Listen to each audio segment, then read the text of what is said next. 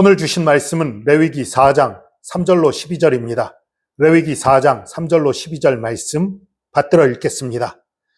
만일 기름 부음을 받은 제사장이 범죄하여 백성의 허물이 되었으면 그가 범한 죄로 말미암아 흠없는 수송아지로 속죄 제물을 삼아 여호와께 드릴지니 그 수송아지를 회막문 여호와 앞으로 끌어다가 그 수송아지의 머리에 안수하고 그것을 여호와 앞에서 잡을 것이요 기름 부음을 받은 제사장은 그 수송아지의 피를 가지고 회막에 들어가서 그 제사장이 손가락에 그 피를 찍어 여호와 앞 곧 성소의 휘장 앞에 7번 뿌릴 것이며 제사장은 또 그 피를 여호와의 앞 곧 회막 안 향단 뿔들에 바르고 그 송아지의 피 전부를 회막 문 앞 번제단 밑에 쏟을 것이며 또 그 속죄 제물이 된 수송아지의 모든 기름을 떼어낼지니 곧 내장에 덮인 기름과 내장에 붙은 모든 기름과 두 콩팥과 그 위에 기름 곧 허리 쪽에 있는 것과 간에 덮인 거풀을 콩팥과 함께 떼어내되 화목제물의 소액에서 떼어냄과 같이 할 것이요 제사장은 그것을 번제단 위에서 불사를 것이며 그 수송아지의 가죽과 그 모든 고기와 그것의 머리와 정강이와 내장과 똥 곧 그 수송아지의 전체를 진영 바깥 재버리는 곳인 정결한 곳으로 가져다가 불로 나무 위에서 사르되 곧 재버리는 곳에서 불사를 지니라. 아멘. 5가지 제사들 중에 가장 복잡한 것이 속죄제예요. 죄를 속하는 속죄제가 제일 복잡하니까 속죄가 제일 어려운 거구나. 아니요. 그런 거 아니에요. 오히려 우리가 쉽게 속죄 받을 수 있도록 여러 가지 속죄의 길을 열어놓으셨다. 이렇게 보는 것이 더 맞는 거예요. 그러면 우리의 구원의 방법이 예수 그리스도밖에 없다는 것도 혹시 아닌 거 아닐까요? 아니요. 전혀 아니지요. 예수 그리스도라는 가장 확실하고 가장 쉬운 방법을 우리에게 주셨지요. 더 쉬운 방법이 없어요. 그 방법 하나로 족합니다. 그러나 구약 시대의 여러 율법으로 이루어진 제사는 제약들이 많이 있거든요. 어떤 사람은 가능한데 어떤 사람은 쉬운데 어떤 사람은 아닌 것들이 있어요. 그러니까 그런 것들을 감안해서 복잡한 속죄 제사에 대한 법이 만들어진 거예요. 그러니까 이 속죄제가 복잡한 것은 사실은 복잡하고 힘들게 하는 게 목적이 아니라 쉽게 구원받게 하고자 하는, 쉽게 용서받게 하고자 하는 자비인 것입니다. 속죄제의 기본은 첫 번째, 제물을 안수하고 회막문 앞에서 잡는 거예요. 수송아지든지 염소든지 양이든지 비둘기든지 그 회막문 앞, 여기서 회막문이라는 건 성막 전체의 그 문을 얘기하는 것이 아니라 성막 안에 있는 그 성소의 문 앞을 얘기하는 거예요. 성소의 문 앞에서 짐승을 잡은 뒤에 그 피를 가지고 번제단의 뿔이라고 그러니까 번제단에 뿔을 발랐나? 뿔을 만들었나? 그게 아니라 번제단 끝에 뾰족하게 튀어나오게 한 것들이 있었어요. 그걸 뿔이라고 표현한 거예요. 번제단 사면에 있었고 또 성소 안에 있는 분향단 사면에도 뿔이 있었어요. 뾰족하게 튀어나온 것들이. 그곳에 피를 바르게 되어 있었어요. 물론 이 향단에 바르느냐 번제단에 바르느냐는 차이가 있습니다. 향단에, 성소에 들어가서 향단에 바르는 경우는 제사장들의 범죄 그리고 이스라엘 전체의 범죄일 때 그 성소 안에 들어가서 그 향단에다 바르는 거고, 그 외의 사람들의 범죄일 때에는 번제단 그 네 뿔에 바르는 거예요. 그리고 남은 피는 다 그 번제단 아래 쏟습니다. 그리고 성소에 가져갔을 때 그 향단에다 뿌릴 때에는 그 회막 안에 그 성소와 지성소를 가르는 휘장이 있어요. 그 휘장 앞에 7번 뿌려요. 찍어서. 그렇게 한 다음에 하는 거였어요. 이 점이 일반적인 백성들이 그 속죄제를 드릴 때는 없는 거예요. 근데 왜 이렇게 차등을 두느냐? 제사장은요, 온 이스라엘의 백성을 대신 지는 존재예요. 그런데 제사장이 범죄를 했어요. 그러면 제사장이 범죄하는 순간 성소도 더럽혀졌다고 보는 거예요. 그러니까 일반 백성들이 범죄했을 때는 성소가 더럽혀진 게 아니에요. 그러니까 번제단에만 피를 바르면 돼요. 그런데 제사장이 범죄를 했을 때, 혹은 이스라엘 전체의 범죄일 때는 그것도 또한 제사장의 범죄이기도 한 거지요. 그때에는 그 성소도 더럽혀졌다고 봐서 향단에다가 그 피를 바르게 되는 그런 일이 있는 거예요. 그렇게 구별이 되는, 이게 좀 복잡하지요. 그러나 일반적인 건 그냥 번제단에 뿔에다가 피를 바르고 나머지 피는 번제단 아래 쏟는다, 이렇게 생각하시면 돼요. 그리고 화목제처럼 그 허리 부분에 있는 모든 기름들, 내장에 덮인 기름, 내장에 붙은 기름, 두 콩팥, 그 위에 기름, 허리 쪽에 있는 것들, 간에 덮인 꺼풀, 이런 것들을 콩팥과 함께 떼어내서 이것을 번제단 위에서 사르는 거예요.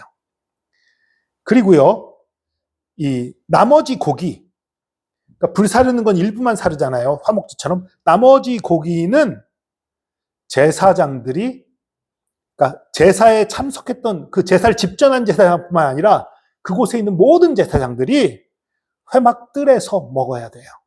회막들 밖으로 가지고 나가면 안 되고 회막들 안에서 먹어야 합니다. 그리고 모든 제사장들이 먹어야 돼요. 왜냐하면요, 모든 제사장들은 백성들의 죄를 담당하기 위한 존재들이기 때문이에요. 그 안수했던 우리의 죄를 가지고 가는 이 제물에 대해 전가합니다 했던, 그러니까 그 죄를 먹는 거예요. 그래서 그 죄를 속죄하는 거예요. 그렇기 때문에 제사장의 범죄일 때, 혹은 이스라엘 전체의 범죄일 때에는 그게 또 제사장 자체의 죄이기도 하기 때문에 그때는 제사장이 먹으면 안 돼요. 그때는 제사장이 그걸 먹으면 안 되고 다 성박 재버리는 곳에 가지고 가서 그곳에서 불사르게 되어 있어요.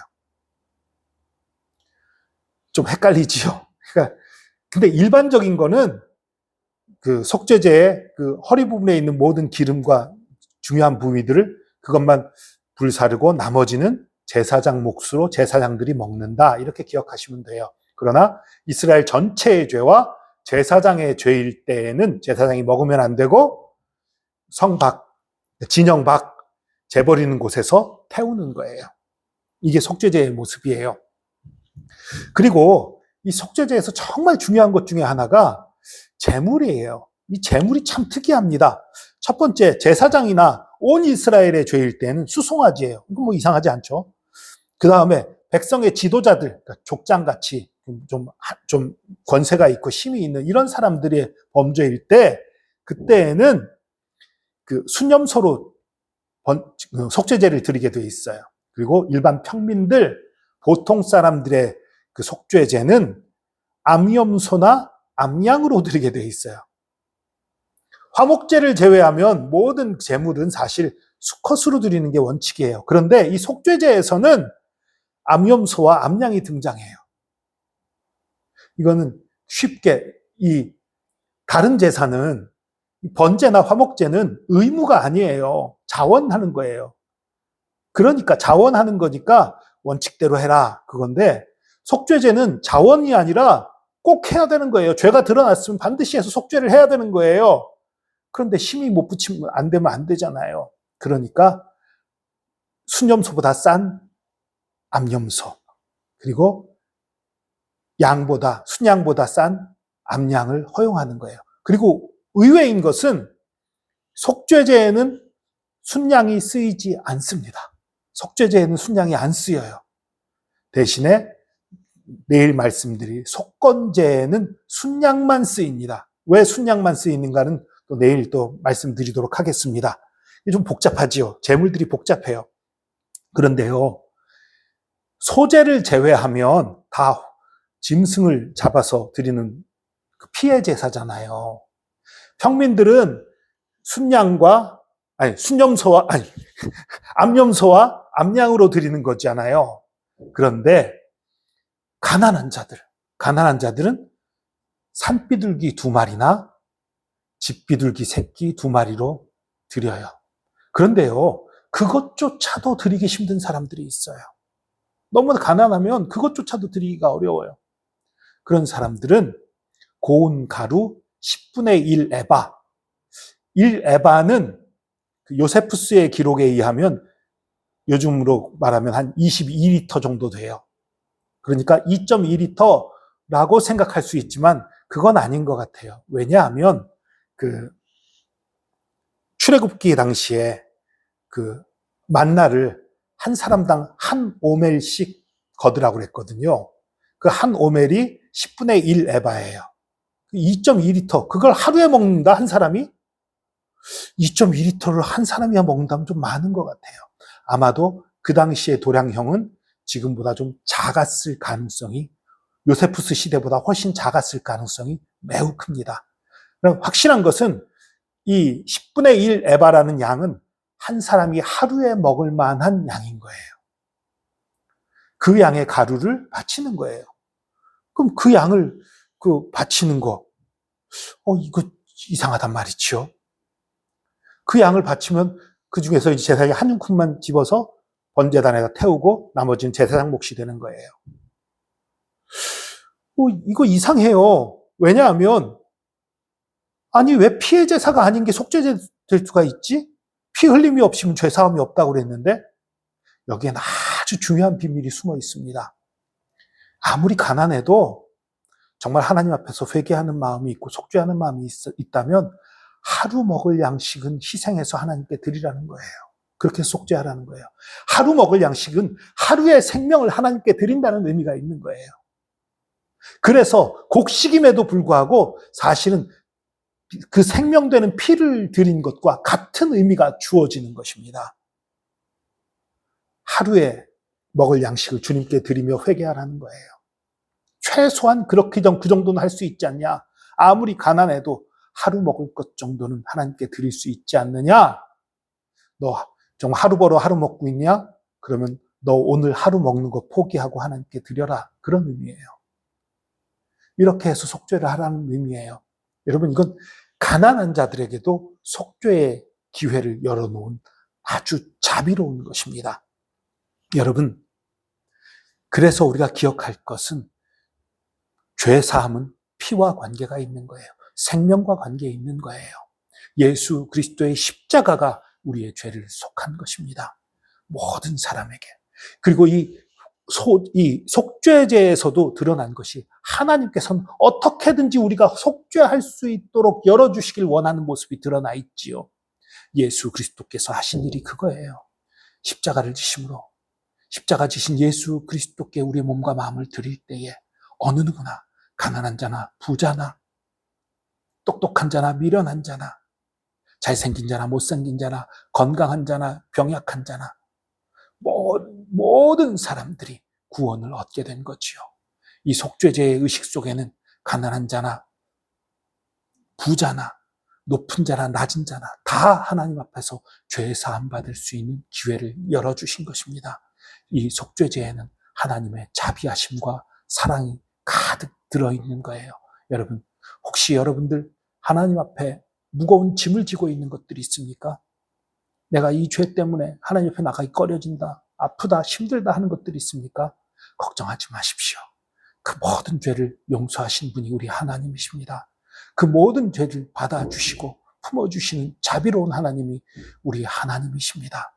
우리 자비로운 하나님 앞에 우리의 모든 연약함, 부족함, 죄악들을 다 바치고 깨끗함 받고 거룩함 받고 승리의 기쁨을, 자유의 기쁨을 누리는 저와 여러분 되기를 축복합니다. 기도하겠습니다. 주님 감사합니다. 우리의 힘, 우리의 능력, 우리의 모든 것 되심 감사합니다. 주님, 여러 가지 속죄제의 방법을 통해서 우리에게 속죄의 길을 열어주시고 우리가 죄사함 받고 주님 안에서 참 자유와 기쁨과 행복을 맛볼 수 있게 하신 주님, 주님의 그 놀라운 사랑과 은혜를 속죄제를 통해 깨닫습니다. 예수 그리스도께서 하신 일이 얼마나 놀라운 일이고 예수 그리스도께서 십자가를 지신 것이 우리를 얼마나 사랑하고 우리를 구원하기를 얼마나 소망하신 일인지를 깨닫습니다. 주님, 이제 우리의 모든 죄악들, 모든 더러운 것들, 모든 추한 것들을 우리가 두려워하지 않고 주님 앞에 가지고 나오게 하여 주시고 주님 앞에서 깨끗함 받으며 주님 앞에서 자유함을 얻으며 승리의 기쁨을 노래하게 하여 주시옵소서. 함께 하시면 감사합니다. 우리 죄사하신 주님 감사합니다. 우리와 함께 하시는 주님, 자비 베푸시는 주님 감사합니다. 감사드리며 예수 그리스도의 이름으로 기도합니다. 아멘.